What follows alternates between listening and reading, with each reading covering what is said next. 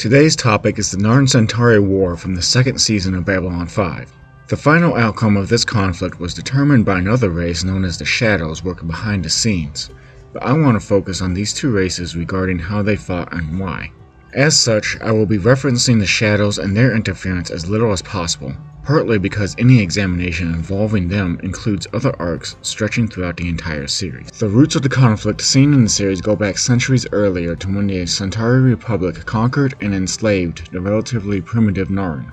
This occupation lasted for 100 years until the resistance movement drove off the Centauri, or they left upon deciding it was no longer worth their effort, depending on who you ask. Over the course of the following century, the Narn adopted the tactics of their oppressors and built a powerful military which they used to subjugate anyone they could. To build the mighty Narn war machine? We have to protect ourselves. By doing to yourselves what you say we did to you.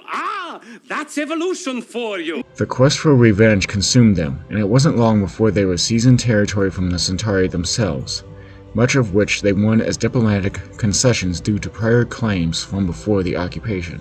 Meanwhile, the Centauri Republic entered a state of decline where many of its people felt their only security lay in trade with other races. My God, man. We've become a tourist attraction. See the great Centauri Republic. Open 9 to 5. Earth time.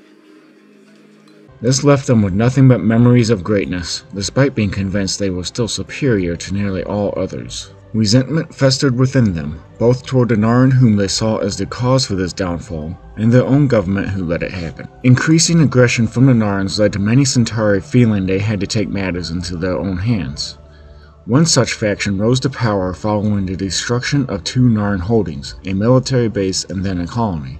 They publicly took credit for the second attack, claiming it was the first step toward reclaiming their former glory, and the Narn declared war. Due to these significant losses before the war even started, the Narn were immediately forced into a defensive posture as the Centauri methodically seized one system after another. It is revealed that this is the first time the Narn have fought a war against an equal or superior enemy as a formal military, and it shows in their tactics. The more experienced Centauri fight with ruthless efficiency, while the Narns seem to rely on passion to the point of being wasteful with their resources. Their own ambassador remarks on this reality when some of his people resist the idea of forming alliances with other races as part of their war effort.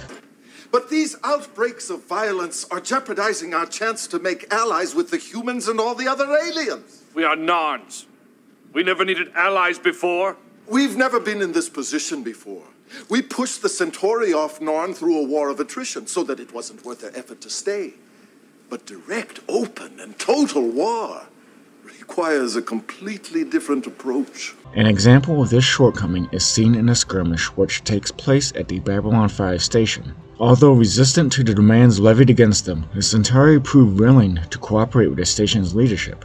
Yet the Narns repeatedly go on the attack in what is universally recognized as neutral territory.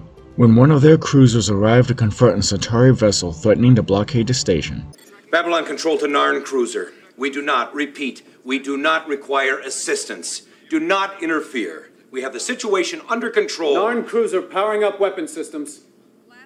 No! Listen to me. We do not need... It ignores the station captain's pleas to back off and destroys the Centauri ship. Then they ignore significant damage to their own ship and attempt to flee, only to end up exploding.